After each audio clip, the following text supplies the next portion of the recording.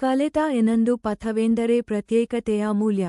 ಐಷಾರಾಮಿ ಕೊರತೆಯ ಮೇಲೆ ನಿರ್ಮಿಸಲ್ಪಟ್ಟೈಡ್ ಸೀಮಿತ ಸಂಗ್ರಹಗಳು, ಅಪರೂಪದ ವಸ್ತುಗಳು ಅಥವಾ ಖಾಸಗಿ ಪ್ರದರ್ಶನಗಳ ಮೂಲಕ ಜಾಗತಿಕ ಮನೆಗಳು ತಮ್ಮ ಗ್ರಾಹಕರಿಗೆ ಅಪರೂಪದ ಮತ್ತು ಅಸಾಧಾರಣವಾದದನ್ನು ಪ್ರವೇಶಿಸುತ್ತಿದ್ದೇವೆ ಎಂಬ ಭಾವನೆ ಮೂಡಿಸುತ್ತವೆ. ನಮ್ಮ ಸಂಪ್ರದಾಯಗಳನ್ನು ಗೌರವಿಸುವ ರೀತಿಯಲ್ಲಿ ವಿಶೇಷತೆಯನ್ನು ರಚಿಸಲು ನಮಗೆ ಅವಕಾಶವಿದೆ. ಸಣ್ಣ ಬ್ಯಾಗ್ ಉತ್ಪಾದನೆ, ಕರಕುಶಲ ವಿವರಗಳು ಮತ್ತು ವಿಶಿಷ್ಟ ಜಾವಳಿಗಳು ಪ್ರತಿಯೊಂದು ಸಂಗ್ರಹವನ್ನು ನಿಜವಾಗಿಯೂ ಒಂದು ರೀತಿಯದ್ದಾಗಿ ಭಾವಿಸುವಂತೆ ಮಾಡಬಹುದು.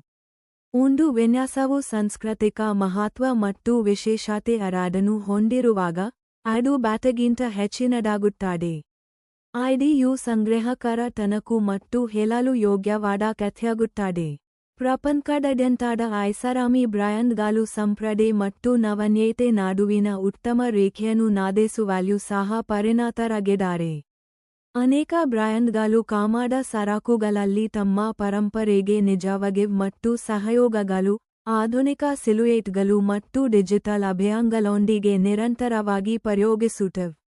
ಅದಕ್ಕಾಗಿಯೇ ಅವರ ಬ್ರ್ಯಾಂಡ್ ಕಾಲಾತೀತ ಮತ್ತು ಸಮಕಾಲೀನವಾಗಿದೆ ಎಂದು ಭಾವಿಸುತ್ತಾರೆ.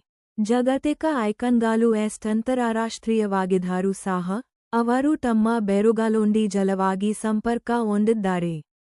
ಆ ಬೇರೂರುವಿಕೆ ಅವರ ಶಕ್ತಿ. ಐಷಾರಾಮಿಯಲ್ಲಿ ವೈವಿಧ್ಯತೆಗಾಗಿ ಬೆಳೆಯುತ್ತಿರುವ ಹಸಿವು ಕೂಡ ಇದೆ. ಪ್ರಪಂಚದಾದ್ಯಂತದ ಗ್ರಾಹಕರು ತಾಜಾತನ, ಸಂಸ್ಕೃತಿಯಲ್ಲಿ ಬೇರೂರಿರುವ ವಸ್ತು ಮತ್ತು ಹೊಸ ಕಥೆಯನ್ನು ಹೇಳುವ ವಸ್ತುವನ್ನು ಹುಡುಕುತ್ತಿದ್ದಾರೆ. ಐಷಾರಾಮಿ ಫ್ಯಾಷನ್ ವಿನ್ಯಾಸಕರು ಜಾಗತಿಕ ತಂತ್ರಗಳನ್ನು ತಮ್ಮದಾದ ಸತ್ಯಾಸತ್ಯತೆಯೊಂದಿಗೆ ವಿಲಂಗೊಳಿಸುವ ಮೂಲಕ ಅಂತರವನ್ನು ತುಂಬಲು ಪರಿಪೂರ್ಣ ಸ್ಥಾನದಲ್ಲಿದ್ದಾರೆ. ಅವರು ಎದು ಕಾಣಬಹುದು ಮತ್ತು ಭವಿಷ್ಯಕ್ಕಾಗಿ ಐಷಾರಾಮಿ ಎಂದರೇನು ಎಂಬುದನ್ನು ಮರು ವ್ಯಾಖ್ಯಾನಿಸಬಹುದು. ಡಿಜಿಟಲ್ ಪ್ಲಾಟ್ಫಾರ್ಮ್ಗಳು ಮತ್ತು ಸಾಮಾಜಿಕ ಮಾಧ್ಯಮಗಳು ವಿನ್ಯಾಸಕರು ಸಾಂಪ್ರದಾಯಿಕ ದ್ವಾರಪಾಲಕರನ್ನು ಅವಲಂಬಿಸದೆ ನೇರವಾಗಿ ಪ್ರೇಕ್ಷಕರನ್ನು ತಲುಪಲು ಬಾಗಿಲು ತೆರೆದಿವೆ. ಜಾಗತಿಕ ಐಷಾರಾಮಿ ಬ್ರ್ಯಾಂಡ್ಗಳು ಪ್ರಭಾವ, ಪರಂಪರೆ ಮತ್ತು ದೀರ್ಘಾಯುಷ್ಯವನ್ನು ಹೇಗೆ ನಿರ್ಮಿಸುವುದು ಎಂಬುದರ ಕುರಿತು ನೀಲನಕ್ಷೆಯನ್ನು ನೀಡುತ್ತವೆ.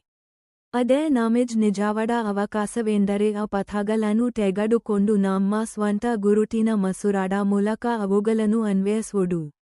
ಜೂರಿ ಅನುಕರಿಸುವುದು ಅಲ್ಲ, ಅದೇ ಹೊಂದಿಕೊಳ್ಳುವುದು, ಸಂಪ್ರದಾಯವನ್ನು ನವೀನತೆಯೊಂದಿಗೆ ವಿಲಂಗೊಳಿಸುವುದು ಮತ್ತು ಡಿಜಿಟಲೀಕರಣದ ಮೂಲಕ ವಿಶೇಷತೆಯನ್ನು ಆಕೈಸುವುದು.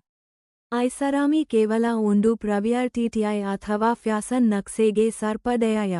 ಐಡಿಯು ಜಗತ್ತು ಐಷಾರಾಮಿ, ಕಾಲಾತೀತ ಮತ್ತು ಅರ್ಥಪೂರ್ಣವೆಂದು ನೋಡುವುದನ್ನು ಮರು ವ್ಯಾಖ್ಯಾನಿಸುವ ಶಕ್ತಿಯನ್ನು ಹೊಂದಿರುವ ಶಕ್ತಿಯಾಗಿದೆ.